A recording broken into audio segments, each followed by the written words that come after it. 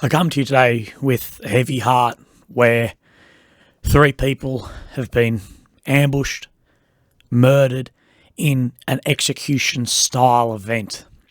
Yesterday around 4:30 p.m, 4 police officers from Tara and Chinchilla arrived at a property in Wieambilla responding to a call from New South Wales Police to execute a search warrant for a former primary school principal. So the topics I want to cover is a rundown of, I guess, how this tragic event occurred, some of the bullshit surrounding the surviving female police officer who, in my opinion, is a hero and did the correct thing, and how the media is using some certain sorts of empathy language and victim language to paint a different picture to what I think actually happened, and the Australian gun laws around how this could happen. So the first thing I've seen absolutely en masse is the way the media are writing their articles about this. For example, 2 police officers among 6 slain in Queensland siege, and News.com say missing school principal gunned down. It's not a lie, but no. 3 people were slain, 2 police officers and an innocent civilian neighbour. They were the ones slain. The other 3, they got what was fucking coming to them. You shoot innocent people, police officers doing their job, a neighbour concerned about a sound and came over.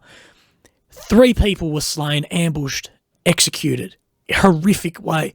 These other 3 fucking assholes, well, they got taken down by the authorities, fucking rightfully so. It's the old, you fuck around, find out. And there's no punishment that fits this crime. That's the sad thing. Yes, these 3 assholes are dead now, but even if they were captured and put behind bars, what they have taken away from the community, from these loved ones' families, the punishment will never be fit in any way. Nothing we could do ever does that. And I just want to really send my condolences to the families of these 3 people, the police officers, Constable Rachel McCrow and Constable Matthew Arnold, and the civilian killed, and their families. I can't imagine what you'd be going through at the moment. Before we go over, I guess, a timeline of the events happening, which I'll be quoting a friend who sent me this with some really good contacts. There was 2 police officers killed and executed, a police officer wounded, and a female police officer who is reporting ran and hid in long grass in the bushes. Completely did the right thing. She's a fucking hero in my book.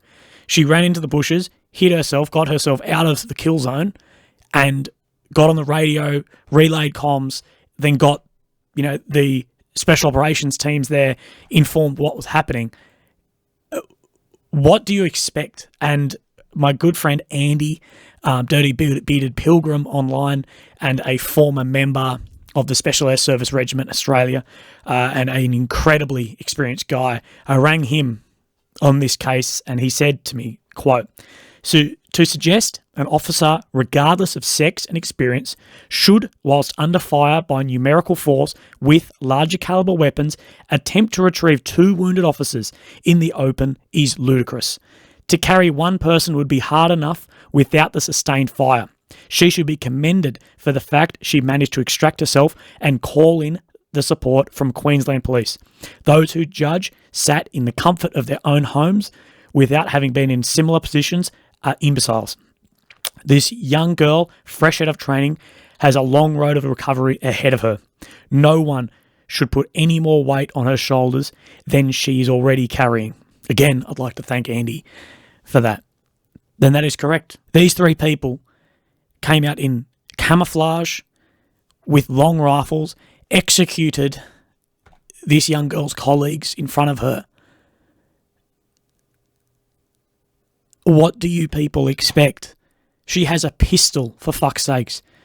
She's 9 weeks out of the academy. She has done the right thing on every single front of this, and any other case in this, most likely, if she didn't do what she did, there'd be 4 police officers killed. Hands down, I think she's done a fantastic job.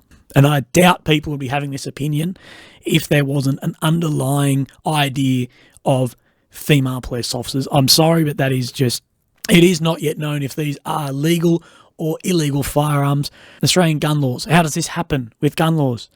Gun laws don't stop illegal firearms. It is expensive, but not super difficult to get an illegal firearm, basically anywhere in the world. And you can also get legal firearms. You do the licensing requirements, which is not hard. You have a safe, whatever else, you can have firearms in Australia. So a breakdown from a friend of mine who has some very great topics and has been on top of this.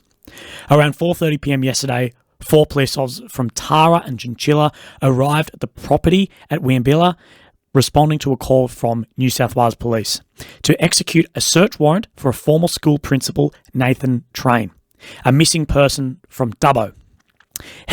Nathaniel Train, has now been named as one of the offenders, and the property was owned by his brother and wife, Gareth and Stacey Train, the 2 other shooters in this case.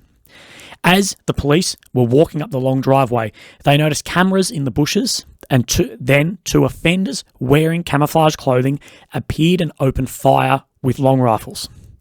2 police officers were shot, Constable Rachel McCrow and Constable Matthew Arnold, as the 2 other, a male and a female police officer, took cover and called for backup. The male policeman was shot and injured while taking cover, and the female police officer was taking cover in a bush as she saw who had shot her colleagues was the missing person they were there looking for. The offenders then set fire to the bushes that she was taking cover in an attempt to smoke her out. From my friend, received a message. The offenders are back in the house in the lounge room. Negotiators from Brisbane have just arrived. Bearcat at ready, and these cunts want a shootout. Homicide and ESC are coming. Offenders have removed gun belts from the deceased police officers and used their firearms to shoot each officer in the face at close range. Queensland Police Union President Ian Levers has said, as they lay injured, this ruthless, murderous trio, they have gone and executed 2 police officers on the ground in cold blood. We have never seen anything like this. It is an absolute tragedy. This was pure execution. They had no chance. The offenders were shooting at Polair, the police helicopter, and at the SERT crew, the Special Emergency Response Team, the Special Operations Police, the entire time as they rocked up. You can see from this photo the Bearcat vehicle from the Queensland SERT has damage from shooting in the front windscreen. At around 8:24 p.m, SERT had shot and killed 1 offender. At 9:24, 1 offender was at a vehicle and constantly shooting and reloading, and another was sitting at the back steps of the address. At approximately 10:30 p.m, 1 offender was deceased, and the other female offender was still shooting, and she was reported deceased not long after. Gareth Train wanted on a warrant. Allegedly the neighbour was also killed by the offenders. The 26-year-old female police officer who took cover and called for backup was only 9 weeks on the job and is now being commended for her actions. He continues to say, there are always going to be people who have never served as police and have never been in the same situation, commenting and judging from the sidelines about what they think the cops should have done. But opinions are like arseholes, and everyone has one. And I think that is a fairly good breakdown of the events as they happened, which these 3 now dead criminals have slain 3 innocent people, 2 of which police officers doing their job in the line of duty, and 1 civilian neighbour who was just checking on what was going on. This should not be portrayed anything other than premeditated murder of these 3 people. Gareth Train was way down the rabbit hole of conspiracies.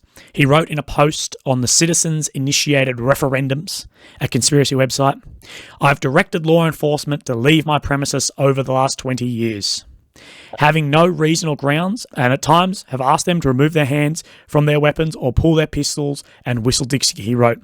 Unfortunately for me, they have all been cowards. Our country is at a point where even the cowards are now dangerous because they are in unpredictable groups. Turn your back, and you may find yourself out cold on the floor with law enforcement dancing on your head. we're seeing this in Victoria. I'd like to thank everyone who helped me put this together. Send my condolences to those innocent people who have lost their lives in this, 2 of which doing their job and in the line of duty serving us, and a job well done for Queensland SERT, neutralising 3 dangerous criminals within our community who chose their own fate and chose their own outcome. I have had to make some edits after the video, so some of the audio may seem choppy. Originally, it was being reported that Gareth Train had a lot of bikie contacts, although I have had some other confirmation from a source saying that no, he was just a wild conspiracy theorist. We don't have any evidence that he is in cahoots with bikies at all. Something interesting I found while researching this video, right as I was editing, was on the New South Wales Police website on December the 8th, so 4 days before these 2 police officers and the civilian neighbour were murdered. There's an appeal to locate a missing man from Dubbo. Police are appealing for public assistance to locate missing man from the state's west. Nathaniel Train, aged 46, last seen in Dubbo. Police and family hold serious concerns for Nathaniel's welfare. Nathaniel is described as Aboriginal, Torres Strait Islander appearance, 138 tall, thin build, long grey hair, last seen wearing a white shirt and jeans, also known to wear brown boots. Contact Crime Stoppers. This was, to me at least, weird to find that police trying to do the right thing by locating the missing man. The warrant, I guess, came out of this, and 4 days later, the same man, Nathaniel, a former principal of a school, was involved in a triple murder and execution.